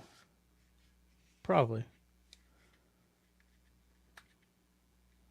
But yeah, my midlife crisis purchase will be a canoe. I better get on that. I am on that, by the way. I'm saving up some money. Using pyrethrin concentrate is what permethrin is synthesized from. Really? Kristen says, I pour myself another dram. She'll join me for one. Okay. Shall I have another dram of blue? No. I will have some of this. This is Dancing a Duet. Duet? I keep pronouncing duet. Like duet. Like it's a French word. No. Dancing a Duet. That's a 10-year-old. Highland. I don't remember which distillery 59 is. All right. Christy, I've poured myself a small dram. Just for the formality. So you can pour yourself a dram.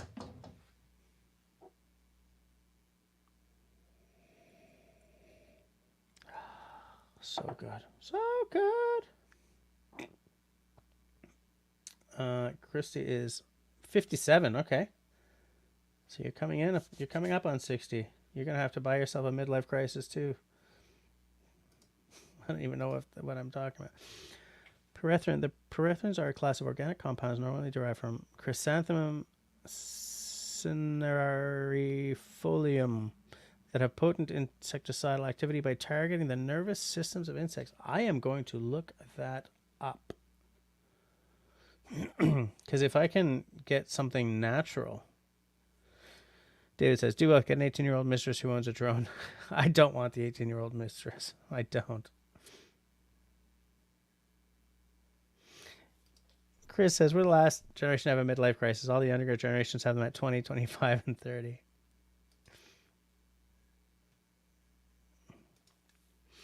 Tenesitum cinerarifolium is a species of flowering plants in the aster family, Asteraceae, and formerly part of the genus Pyrethrum, but now placed in the genus Chrysanthemum or the genus Tenesitu.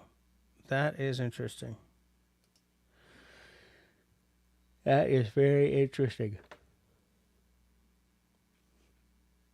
So that's a good tick repellent, but it should also be a good, like, mosquito repellent or a black fly repellent then, shouldn't it?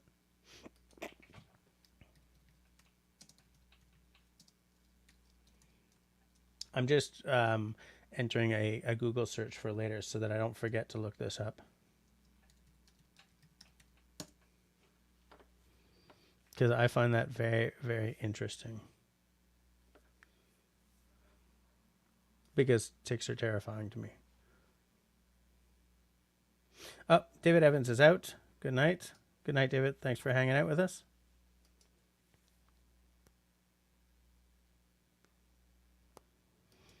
Interesting. Okay, so Tenenbaum knows about these too. The pyrethrin or permethrin compounds are naturally derived. Don't know if you can call them natural since some organic chemistry is involved.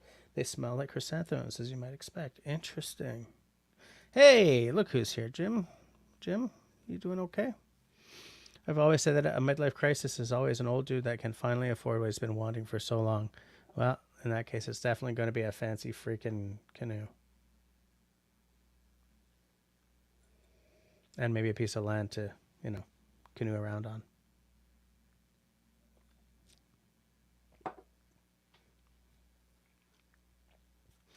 Are you driving home right now, Mr. Raven, Mr. Flintlock?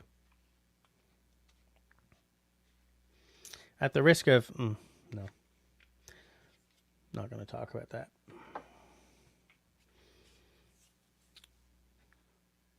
Because we're at 10:42. But if Jim is just showing up, then we'll probably stick it out until 11, just so that he's got something to listen to for a little while longer. As Jim, I was saying, because I'm pretty tired, so we would see how we're looking at 10:45. Decide whether to... Oh, Peanut Trucker has a link that I can Google. My wife sent it to me for you. You want to drop it anywhere that you and I speak to each other? You're not on the Discord anymore, are you?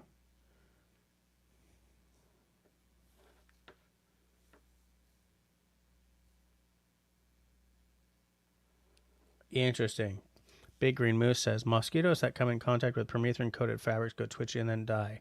It's very satisfying. That is what I want. Peanut Trucker, I don't know. Can you just drop that? Can you just drop that a link down there, maybe? Like, where do you and I speak to each other aside from when we used to talk over the Discords? Or are you still Discordable? Like, can you PM me there? Okay, Peanut Trucker has no Discord anymore. Or maybe you never did. How the hell did we used to... Have you ever messaged me on like Instagram or Facebook or something? Just look for me at Rain Dance Bushcraft on anything. Yeah, you are driving. You're heading up north, hour and a half away. And how far into your drive are you, Jim?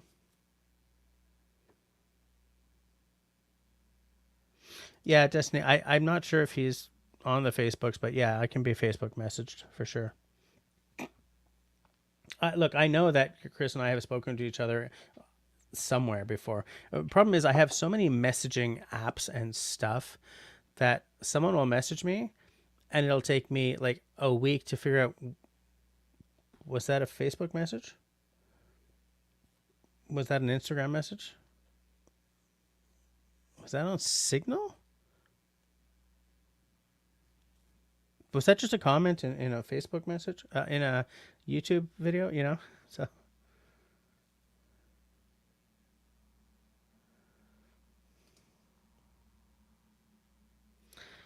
Peanut, I think you might have left a comment under something somewhere then, because I noticed that you showed up under a different name somewhere. I'm not going to waste time looking for that now, though, because I'm supposed to be on the screen, but there's got to be some way.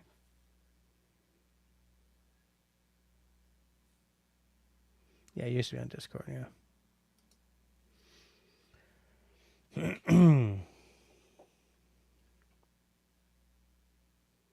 Book of Faces.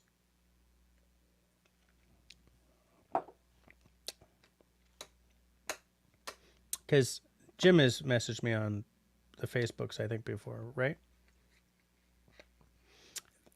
It gets so confusing. Like, I don't know what people have messaged me on anymore, because there's just there are too many messaging apps. Everything has to have a messaging component now, right? So confusing, so frustrating. I'm just old and curmudgeonly, right? I'm like 2 steps away from get off my lawn.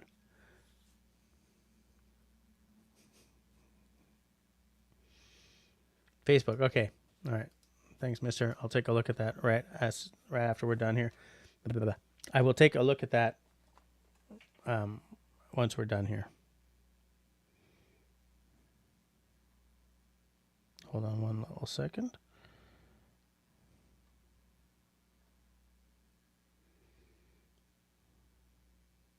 I forgot to log my medications. My phone just told me that I forgot to log my medications.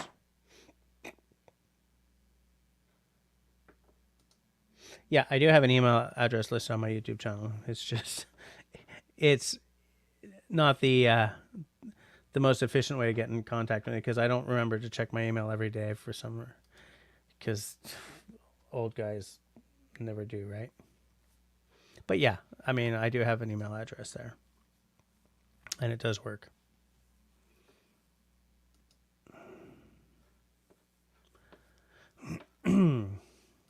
I just opened my email just to unsubscribe from Canadian Music Week. Sure. There we go. Back to the live stream.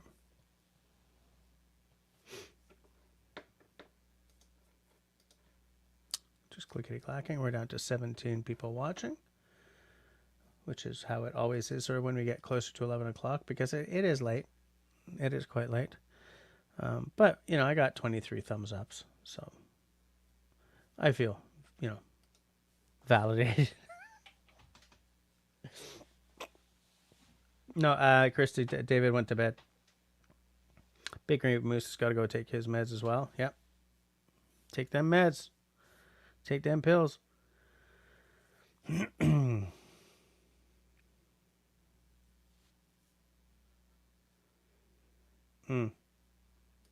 Jim is 15 minutes in, so you got quite a ways to go. I do love a good long drive with a good podcast going. Provided I don't have to be somewhere like for a specific time, you know?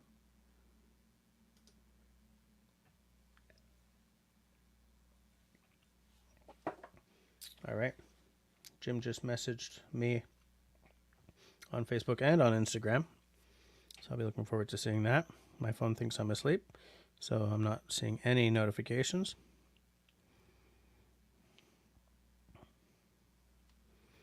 That's okay.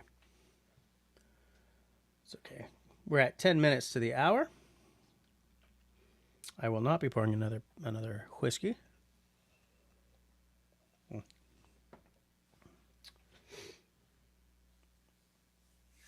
And the Court of Dis. So Jim is on the Court of Dis as well. Court of Dis makes it sound the Court of Dis. That sounds like something you'd read about, like in a B grade science fiction, no, a fantasy book or something like that, you know.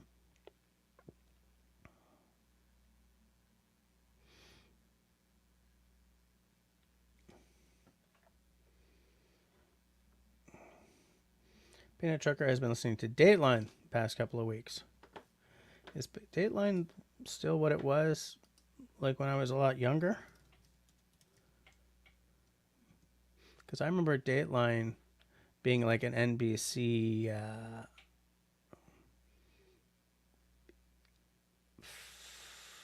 what would you call it?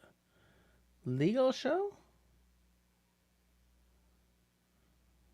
News? No, Dateline was sort of like what the National or the Journal was up here, like a news magazine show back in the day. Is that sort of the same thing, Chris? Or is this something else? Or is this like a dating podcast?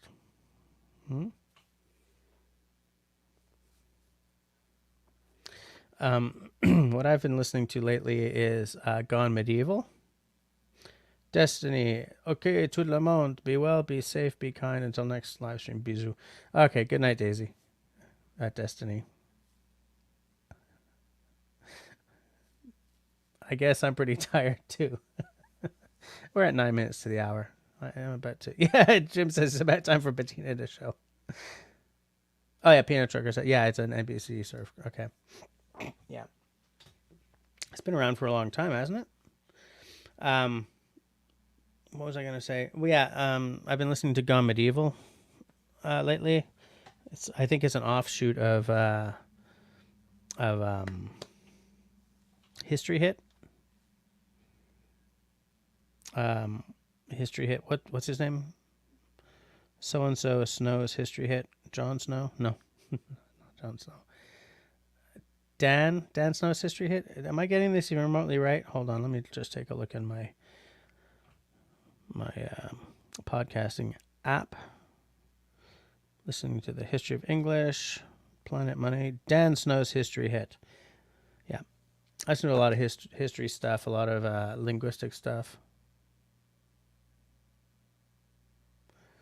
Yeah, Peanut Trucker, I'm so tired that I'm surprised I'm getting any words out right here.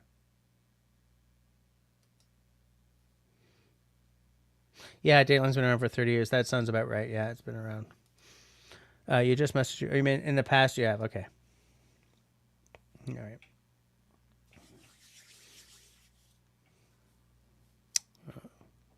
right. Just today I had an hour's drive from my job to daycare. So I popped in some podcastage, picked something long, and just didn't let the traffic bother me. My GPS said I was going to be there before we start getting charged extra time at daycare. So I was like, you know what? Let's just accept it, throw on something interesting, and go. Trucker, does Dateline do do they do a podcast now as well, or is it all? It's still just on NBC. That's the kind of show that would do so well as a podcast.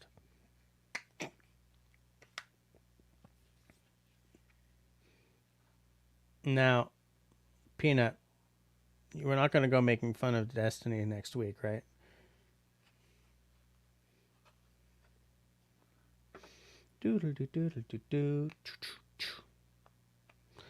I think I have to. It's okay. I won't deal with that now. Won't deal with that now. Hey, how many of you guys have this book, by the way? This is one of those books that's been like it's spoken about, like this seminal outdoor book that like the whole world has. And I'm surprised at how few people I know actually own this book. Oh, Peanut Trucker says it's the TV shows they play on Spotify. Okay. Like, you guys know what I'm saying? Like, every now and again, there's like a book that's like, everyone's read this book. Okay, how come no one I know has read this book? Right? It's like Catcher in the Rye or something. It's like, this is a classic. Everyone knows the story. Have you read it? No. Mm-hmm.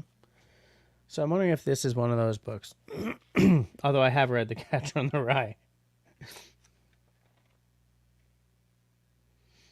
It's got sections on everything. Like this, if it was more up to date, this could be your one-stop shop kind of bushcraft / woodcraft source. Waterproof clothing. A Macintosh or other long-tailed coat is as out of place in the woods as an umbrella or on shipboard. An oilskin slicker, topped off by a sou'wester, may be all right in a boat or over decoys, on horseback or when driving, but anything of this sort is too heavy, too dragging, too hot, too awkward to shoot from. When one is afoot and the brush soon tears it. For woodsmen, an army poncho is better, either of rubber or, much more durable, of pantasote. It makes a good ground sheet at night. The infantry size is 45 by 72 inches. The cavalry size is 72 by 84 inches. The latter being large enough to serve as a shelter, but heavy to tote around. A waterproof poncho, weighing only 1 pound, can be made from thin enameled cloth at a cost of about 40 cents, but it is easily torn. I'm serious. The guy mentions pantasote often in this book. Peanut Trucker doesn't read books. All right, fair enough. I don't read very many books either anymore. Not since I started working in publishing. When I was a kid, I was like I was going to say a 1 book a week, but there were weeks where I did like 3 books. I was just constantly reading.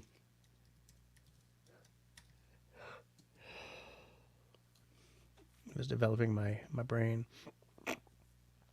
Pantasote leather will not burn. Imitations burn violently.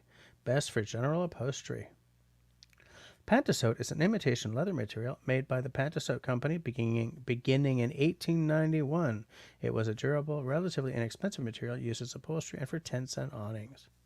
Well, beginning in 1891, so when this book was written in, it was published in 1916. So Pantasote was probably still 1916 by Horace Kephart. So that means that at that point, Pantasote was still a fairly new, maybe considered a miracle fabric by some. So that explains why it shows up all the time. Fireproofness, if that's a real word, can be key. It really, really can be key. Marcel's out? All right. Oh, no, she's talking to Destiny. Yeah, exactly. That's Tenenbaum saying it would have been the hot new innovation. Yeah, that's what I'm picking up now. Yeah. All right, Peanut Trucker. I'm out. Glad I got to hang with you fine friends. Until next week, happy trails, everyone. Have yourself a good night, Peanut Trucker, and safe on the road out there. It's 10:58, so we are definitely coming down. Oh, Marcel's here till the end for the next minute and a half. When it hits 10:59, I'll start my my end of night spiel. Christy's out. Have a good night, everyone. I hope you all have a wonderful tomorrow. I hope you do as well. I hope everyone does. Yeah, 1058. We're good. Like, I wonder why Pantasote isn't made anymore. I mean, aside from the fact that it's probably hot as hell. Because this guy talks about, Pantasote poncho, Pantasote pants, Pantasote this, tarps. Excuse me. His checklist, his packing checklists for a camping trip are long. Like, I mean, for these guys, the idea of packing light was having 2 wooden trunks instead of 3 or 4 kind of thing, And I'm enchanted by the magic of that time in many, many ways. But I wouldn't want to have to pack that much stuff. Like, I wouldn't want a train of burros carrying boxes of stuff. I like the idea of packing as light as possible. Having tools that serve dual or many purposes in one tool are ideal for me, right? Your belt knife. This is why I don't camp or anything with a folding knife. This is a knife. It can play a very light axe role if you need it to. You can baton with it as long as it's not a Canadian belt knife. You can light a fire with the back of it, scratch, multi-purpose tools, as few things as possible. So like when I look at the checklist in this book, I'm like, oh my God. Oh, we're at 11 o'clock. So we're going to shut her down. Thanks for hanging out with me. I know Wednesday night, it's the off night. It couldn't be helped this week, but next week we will definitely be back on our usual Tuesday nights. Between now and next week, everybody, please be safe, be healthy, stay sane, and be kind to one another. Good night.